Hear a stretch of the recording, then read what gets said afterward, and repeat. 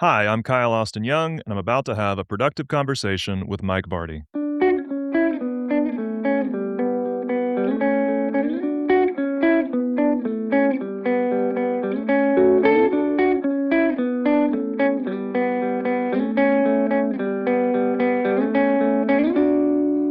Kyle, thanks so much for taking the time to join me today for a productive conversation.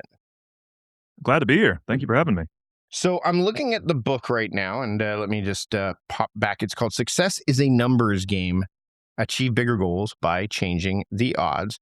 And what I wanted to talk about right away was this idea of you talk about probability, like really early Sure. on. Actually, one of the things that came up as a Canadian and as a hockey fan was the initial story about and this actually, as we're recording this, I think the documentary just showed up on Netflix about the Miracle on Ice, the Mm, new documentary.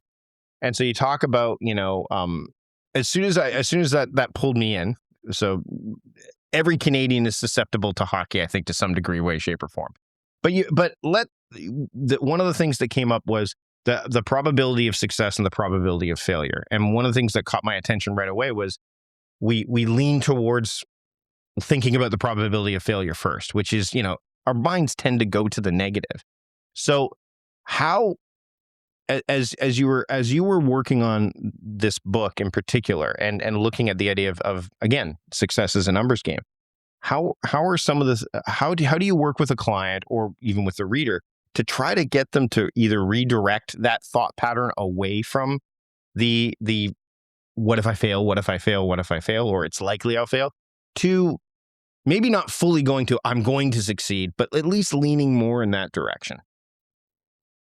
sure. Well, to some extent, I think there certainly is a lot of pessimism in our world. There's a lot of anxiety in our world. I think a lot of that is typically unnamed, unfocused. And because of that, what I find is a lot of people are actually preaching the opposite. They're telling you to just think positive in the pursuit of your goals. And if it's meant to happen, it'll happen. Don't worry about what could go wrong. So I actually encourage people to lean into that negativity a little bit, but I encourage them to try to name the specific potential bad outcomes that they think could derail their success. So if a person has a goal, I want to know what are the things you think might actually go wrong, might actually sabotage your success, and then I try to take them through a framework for improving those odds. When it comes to cultivating, a spirit of optimism, a spirit of opportunity, which is certainly an important part of having the courage to pursue big goals. One of the things I start with, you mentioned hockey, is just explaining the power of repeated attempts and showing why some of the numbers we've heard around success are not necessarily an accurate representation of our chances of finding success. One of the stories I tell in the book is the story of Instacart. Instacart is a grocery delivery service, at least here in the United States. It was founded by Apurva Mehta. And in 2020, this is less than 8 years after he founded the company, we had the COVID pandemic, and it drove thousands of new customers to give this service a try. And he says that when the pandemic started, we saw 5 years of growth in a matter of 5 weeks. And actually, over a 10-month span, their valuation increased by $9 billion. So you hear that and you think, well, what are my odds of, starting a grocery delivery service that's ready to go just in time for a global pandemic? Like that just seems impossible.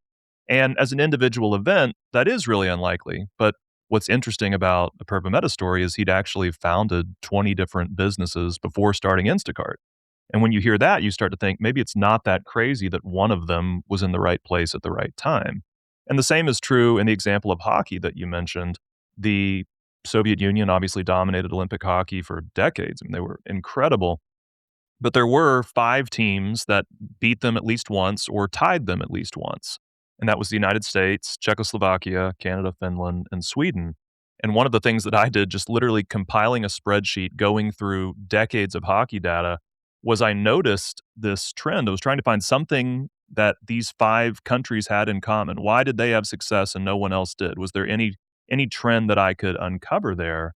And what I actually found was that these were the countries that played the Soviet Union the most times by a wide margin. The Soviets faced the majority of their opponents for an average of 1.9 times. That was kind of the number of times their average opponent played them, 1.9. The five countries that beat or tied them took at least seven official attempts in Olympic play. And when you hear that, all of a sudden it's not that shocking. The Miracle on Ice, this 1980 hockey game where the United States beats the Soviet Union, and it was, called a miracle. Well, I don't know if it's necessarily a miracle. I interviewed Jack O'Callahan. He was one of the players on that team, and Hmm. he told me that when he left the locker room before the game, he says he remembers the speech that Coach Herb Brooks gave. He says he doesn't remember it word for word, but he remembers leaving with the impression that if we played them 10 times, they could beat us 9 times, but they're not gonna beat us tonight.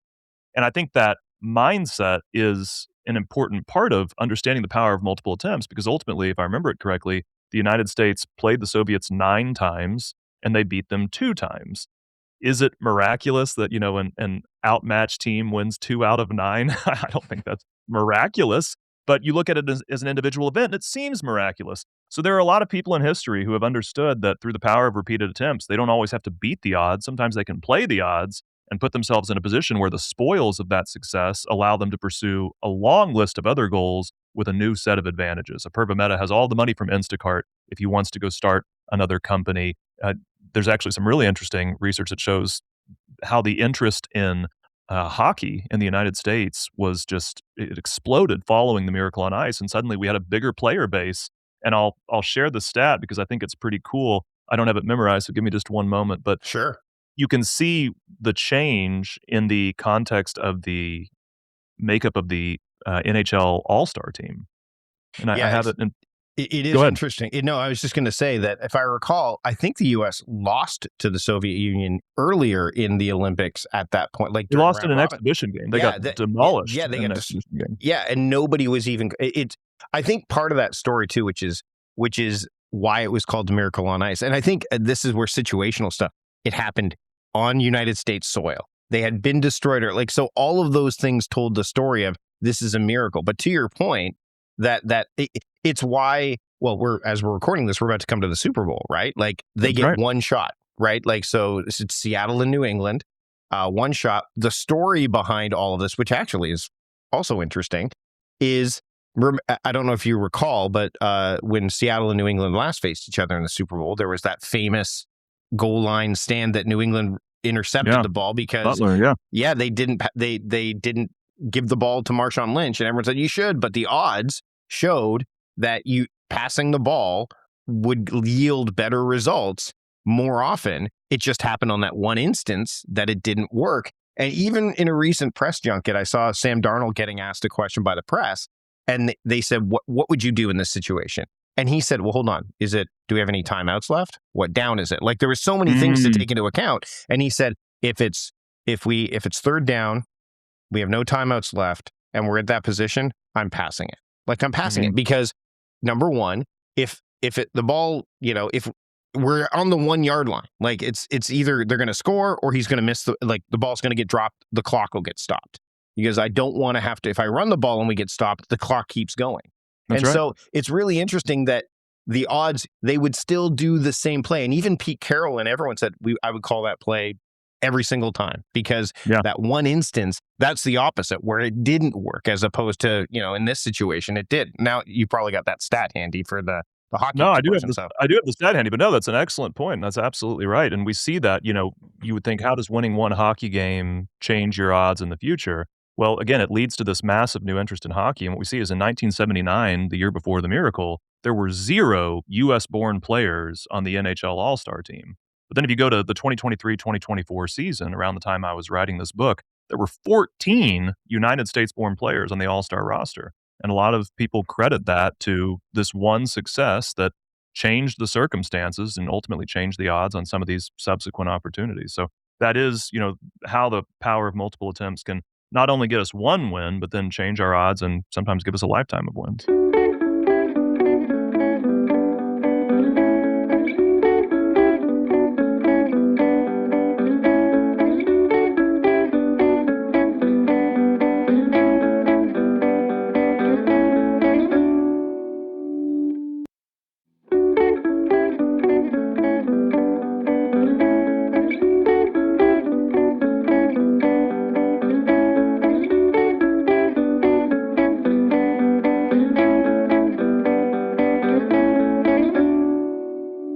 do you think that it's interesting because when I talk about the idea of productiveness and managing one's relationship with time, repetition, I think repeating those patterns is really important.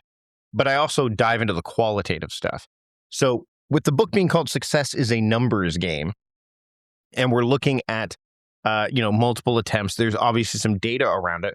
Where do you find that the qualitative aspects of, let's say, decision making or just situational awareness, where do they play a role in this comparative to, let's just look at the data? Because I mean, a good example, you brought up the hockey thing. I also know that after the Olympics and after the Miracle on Ice, all of the sudden we started to see teams in subsequent years get moved to parts of the United States where hockey would have never been thought to be. Mm, Phoenix, Dallas, sure. the Minnesota team moved. Minnesota, the hotbed of hockey in the Mhm. United States, they get moved to Dallas. San Jose gets a team. Tampa Bay, Florida, all of a sudden has teams. Mind Sure. you, there are Canadians that have been going to Florida many, many, many, many years. Nashville gets a team, right? Yeah, So Predator. you're seeing that. So it's got this long standing effect. So I'm curious about the qualitative elements when it comes to this as well, because I don't think we can't forsake the quantitative, we can't forsake the numbers. But where does the qualitative stuff, do you feel, where does that show up? Well, I think the number one thing when it comes to the qualitative aspect of decision making is getting really clear on what the goal is and to some extent what the constraints are. When I look at decision making research, I have a chapter in the book on decision making, and I actually wrote that chapter first. It was the first chapter I wrote. And so that really informed the book because at that time I was reading just about every book that had been published on the topic of decision making. And I found that I was getting really frustrated with those books because they kept accusing human beings of being irrational at times that I didn't actually think the test subjects were being irrational. They would try to make a decision purely economic and they would say, notice how the numbers are different, if they make this other decision. But there were always details in the case study where I would think, right, but they're avoiding a really awkward conversation with, a person in this scenario and they value that and that offsets their desire to make the most money possible or they're trying to honor a relationship or they're wanting to do this within the constraints of like not working 80 hours a week whatever the specifics of the experiment were. And so I think in many ways the qualitative aspect of our decision needs to start with getting incredibly clear on what is the goal, even if there's constraints in that. Maybe it's I want to make the most money possible without violating my values. If we get really clear on what the full goal is, then I think it does become a question of just what's the most likely to help me get that.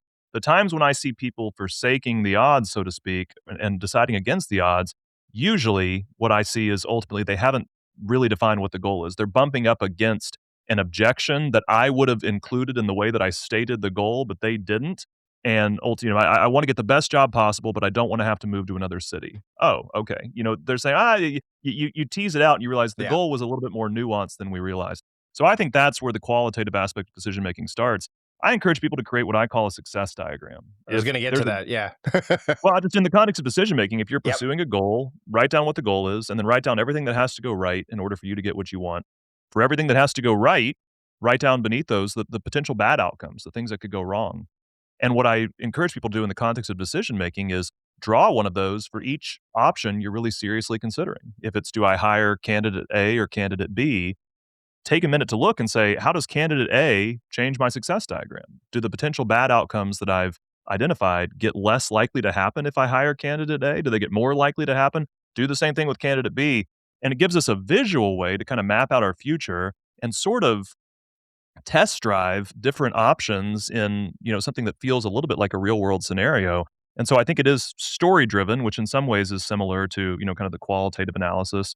But I ultimately believe it's quantitative because if we're making the risk of these bad outcomes less likely, we're improving our odds of success. I want to get into the idea of probability hacking because I Sure. think I think it's interesting. I mean, again, I wrote for Lifehack. I've written life hackery stuff for back in Yeah. my earlier days. And when we think about hacks, that word I think has also been co-opted and corrupted to a degree where, I mean, I remember writing a piece for on my own blog about what the hell happened to Lifehacker because they were doing things like put lettuce on the bottom of your hamburger so that it doesn't soak the meat. The meat doesn't soak the bun, so it makes. I'm like, Mm, where are these hacks, right? Like, I think And common sense is not a life hack kind of stuff, which was starting to come out of this. But Sure. when you talk about probability hacks, obviously you just alluded to the idea of qualitative and quantitative mixing together in the blend of those and the story element. What do you mean by that in terms of um because you're asking people to look at the odds and pattern repetition, which we've talked about. Is that part of that idea of hacking probability, or what are some of the nuances that people need to keep in mind when they're looking at this? Well, I'm not necessarily asking people to obsess over their odds. I'm asking people to first just reckon with the reality that if they are not doing what they can to change their odds, then they're inviting as much uncertainty as possible into their lives. I use numbers to illustrate the importance of that. So I just give, an example of, let's say you're training to run a marathon and you hire a running coach and say, what's going to happen? And she says, well, there's three things that are going to happen. You're going to have to eat, sleep, and train according to the regimens I'm going to design for you. So in Hmm. this success diagram, the goal is run a marathon, the three critical points, eat a certain way, sleep a certain way, train a certain way. So I would encourage people, at least to help them understand why this is important, to estimate how likely they are to do each of those three things. And let's just use really lazy numbers and say that the person I'm talking to thinks it's 70% across the board. 70% chance they'll eat the way they're supposed to, 70% chance they'll sleep the way they're supposed to, 70% chance they'll train the way they're supposed to. So, what a lot of people do is they fall into a thinking trap called averaging. If they feel good about the individual steps required to accomplish a goal, they feel good about the goal as a whole. And intuitively, that makes some sense, but mathematically, it doesn't. In reality, our odds of running this marathon aren't 70%. We can't average, we have to multiply them together. And we find that we only have a 34% chance of being ready on race day. We don't know Yeah, where we're going to slip up, but we know there's enough uncertainty that we're probably going to slip up in one of these areas. This is a predicted failure, even though we feel good about each individual step. we get averages wrong. We think about them like I remember reading an article about we should be looking at means and medians, not averages, because the problem with averages, it's actually I watch this YouTube channel every once in a while called The Kill Count, which is like a horror movie thing, and every time I watch it, I love it. I think it's fantastic. It's just fun, and they've done something really cool with it. But at the end, he goes, "There were this many kills in the movie. That's an Mm, average of this many kills over the length of the movie." I'm like, not really, because some of them, like there was a scene where the plane crashed and a bunch of people in the movie were killed. So that's not an. If you take that into account, that all happened in one fell swoop. Whereas another kill happened like 40 minutes later. So to say that it's an average of this, so I think we get averages wrong, right? In that context, is like we kind of go, oh, this happened over this stretch of time, therefore it averages this. We should be looking at it a bit differently, right?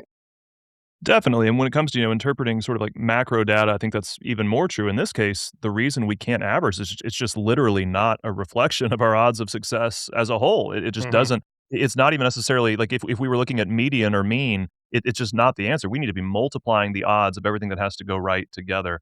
And so I do that to demonstrate to people like this is a goal that a lot of people would feel good about at first blush. It's actually a predicted failure.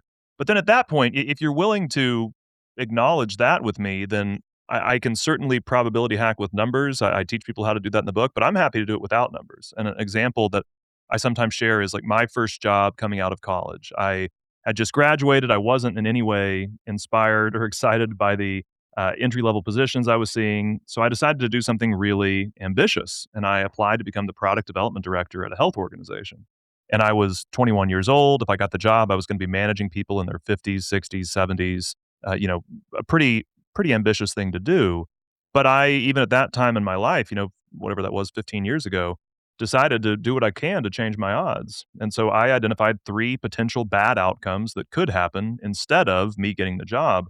One of them was people rejecting me because of how young I looked. I'd walk in the door and they'd take one look at me and say, we can't hire this guy. He's too young to lead this department. So, probability hacking, just finding creative solutions to minimize our risk, I just grew a beard. It was just an easy opportunity for me to look several years older and take some of the edge off of that anxiety that I thought the hiring squad might have. A second potential bad outcome that I identified was they might not want to hire me due to concerns about my lack of experience, which were real. I didn't have a lot of experience and I didn't have, a long resume. And I also wasn't going to lie about it. I wasn't going to pretend I had experience I didn't have. But I had to ask the question, what can I do to minimize that risk? Well, I could refocus the conversation on the things I wanted to talk about, which was the future of the department. So I actually wrote out a plan for how I was going to turn this product development team around. And it was so thick, I had to spiral bound it. It was a book. And anytime they would ask me about past job experience, I would say, gosh, that's such a great question. As you can see in the plan, and I would just redirect the conversation to my vision for the future of the department. And ultimately, that was something that, again, minimized that risk to some extent. The third and final one that I identified was they might be concerned I wouldn't fit in with the existing team because some of them were 50 years older than I was at the time. So one of the things I did is I asked an existing team member if they'd read any books lately as a group, and she told me a few titles. I went out and read every single one of them, and I put myself in a position where I knew their jargon, I understood their goals, I knew the frameworks that they were referencing and considering, and I could have really in-depth conversations with them because we had all of these shared texts. And I remember this one moment. I at one point in this hiring process ended up in a group interview with some other candidates who were much older than I was, much more experienced than I was, and somebody suggested an idea, and one of the books they'd read was called The Wuffy Factor. I don't know if you ever ran into The Wuffy Factor, but it was about No. how brands build social capital. This was like 15 years ago. And I said, I think that's an idea that could get us a lot of Wuffy. And I remember watching these other candidates, their eyes are bugging out of their heads, like, what on earth did this kid just say? Is this some like young person slang? What is he talking about? But I looked at the existing team members and they were all nodding, like, yeah, this could get us a lot of Wuffy because to them that just meant social capital. Mhm. So I ended up getting the job at 21 years old. I was the product development director at a health company, and that massively accelerated my career. And it put me again in a position where it changed my odds on subsequent goals. But it wasn't that it came necessarily from an obsession over the numbers. It came from a willingness to acknowledge that if I wasn't being intentional about my odds, I was leaving it up to chance. So I tell people that I think we can kind of understand probability similar to how we've traditionally understood matter. It can't be created or destroyed, but it can be transferred and rearranged. And the odds that we want aren't something we can conjure into existence. They're hiding in our potential bad outcomes. If we can make those less likely to happen, we can put ourselves in a position to be successful more often. All right. So this leads to a really, probably for me, an interesting question in terms of those that struggle with anxiety and Sure. those that struggle with, they lean to when they think about, biases around negativity and such. So let's say they start to map out these, like what could go wrong, what could go wrong. Um, that can be a spiral for people who have Totally. that struggle. Totally. What are some other, or what are some other tactics that they can use if they feel like, if I go down this path, I may not be able to find my way out of it. I might just become depressed around all of these and believe them to be more true than they actually are, as opposed to scenarios. Or how do you, when you go through the process of this, uh, remind yourself that, hey, these are just stories. They're not real at this point in time. They're just, you're doing this in service of the goal that you want. Because I think that can be a tricky and maybe even a slippery slope. Yeah, to some extent, I encourage people to lean into the discomfort because I think that sometimes, it's kind of like the can't go over it, can't go under it, can't go around it, but you can go through it thing. If I'm, let's say I'm planning out a project with a client and they're saying, what if people are scared away by the price point of this thing that we're going to be selling? I'll say, great question. What if they are? Let's just sit with that for a minute. What if Hmm. they are scared away by the price point? What are we going to do about that? Well, maybe we should offer a payment plan. Maybe we should offer a money back guarantee. Maybe we should justify the price point by demonstrating how much value it's going to create in the person's life or how actually inexpensive it is compared to alternative solutions, right? So I'm pretty comfortable with the what ifs, not because I want to just carry them around and worry about them, but because I think if we then lean in and say, how can we use our creativity to take some of the risk out of that? Then we put ourselves in a position where we don't have to be concerned about it, or at least not as concerned about it. When we think people are worrying about their to-do list, sometimes we tell them to, create a brain dump, get it all Yeah. out on a piece of paper so that you don't have to carry it around in your head. To me, a success diagram is that as it relates to our odds of success. If we're worried about what ifs, write it on the success diagram. And then over time, use your creativity or show it to other people, ask them what they would do to try to take the risks out of these goals. So again, I'm not necessarily telling people don't worry about what could go wrong. I'm saying you're going to worry about what could go wrong. I think that's healthy, but don't just worry about it. Use your creativity to try to de-risk it.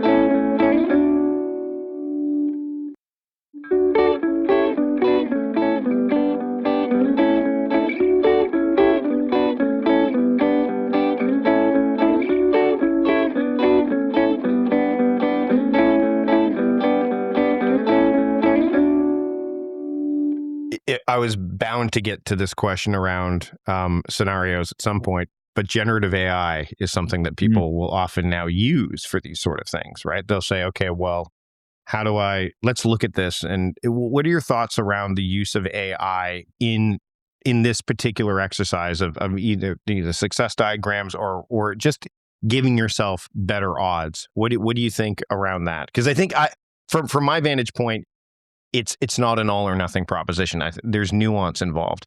The distinction is, I think a lot of I'm going to be generalized here, but when people go in, they go in with questions that may be too broad or too generic. And again, I think this has a lot to do with the pace of life. Even when we're talking about what the contents of the book, that idea of pausing to do this, some people have a real hard time with just doing that because they're like, oh, well, this doesn't feel like I'm actually being productive, even though often when we pause, we're putting ourselves in a much better position. So with the advent and increasing expansion of AI and generative AI in particular, how do you see it fitting into this? Do you see it fitting into this at all? Yeah, absolutely. I think that right now, the most reliable use of AI for us just as ordinary people is as a brainstorming tool. And brainstorming is going to be a big part of this. We have an opportunity when creating a success diagram to try to identify what are the bad outcomes that might happen instead of what I want. And AI can help us think through that. It can also help us think through potential solutions. If we identify that, I'm trying to run a marathon, one of the three things I'm going to have to do is train. I think there's a 70% chance I'll stick with it. Well, what are the bad outcomes that are weighing that down? Maybe inclement weather. I just dealt with that. There was an ice storm. There was ice on the roads for days, and so I just couldn't run.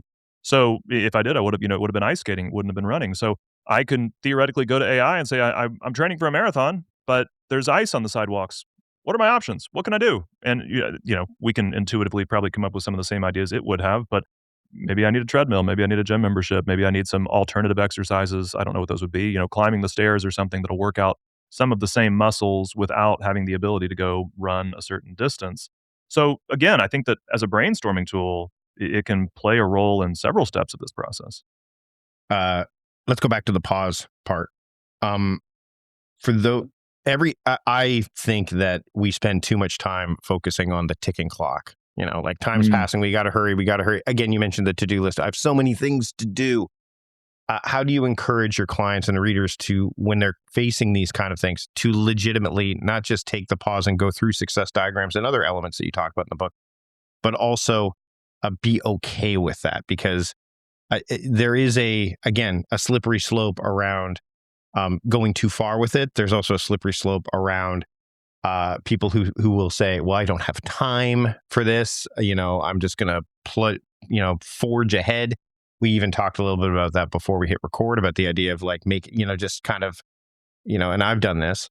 I'm just going to keep going, keep going, keep going. And it'll all work its way out. What are some of the things that you can suggest for people who are struggling with this idea of the importance of, like literally taking time to go through this? Well, I think the nice thing is if you are willing to just sit down and make a success diagram, which doesn't take very long, you can then do this as you live your life. It doesn't have to be something that takes place in front of a whiteboard over a period of hours. When I was in the process of writing the book, I found that I needed an example of basically the role of playing the odds in product development. And so what I did is I sat down and I wrote down, here's what the goal is. Here's some of the bad outcome there was really just I didn't find it, or I didn't find a scenario that matched all my criteria, but I at least got clear on what I needed and I wrote that down.